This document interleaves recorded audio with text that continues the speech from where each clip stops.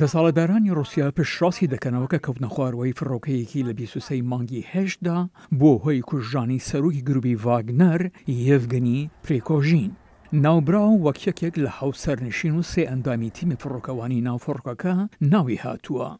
لێکۆڵەران ڕۆژ یەکشەمە ڕێیانگەیان کە پارچەی جەستەی پرێکۆژینیان لە شوێنی ڕووداوەکەدا دۆزیەوەتەوە.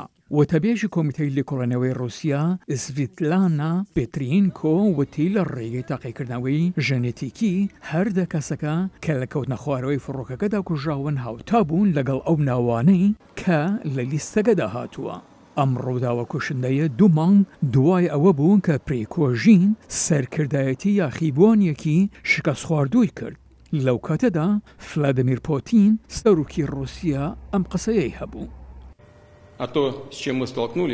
ئەوەی ئێستا ڕوبەڕووی دەبینەوە خۆفرۆشیە، ئاواتە نەشیاوەکانی و بەرژەوەندیە کەسیەکانی بووە هۆی خۆفرۆشی و خیانەتکردن لە وڵات و ناپاکی لەگەلی ئێمە و دۆزی هاوبەشمان کەن جەنگاوەران و فەرماندەکانی ڤاگنەر شەڕیان بۆ کرد و شان بە شانی یەکەکان و تیمەکانمان لە پێناویدا گیانیان لەدەستدا.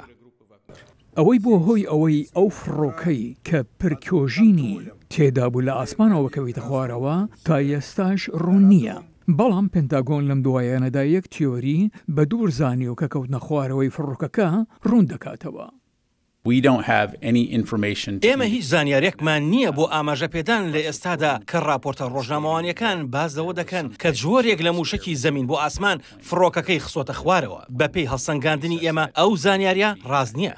جۆ بایدن سەرۆکی ئەمریکا دەڵێت لەوە ناچێت مردنی پرێکۆژین بەبی ئاگاداری پوتن ڕۆیدا بێت.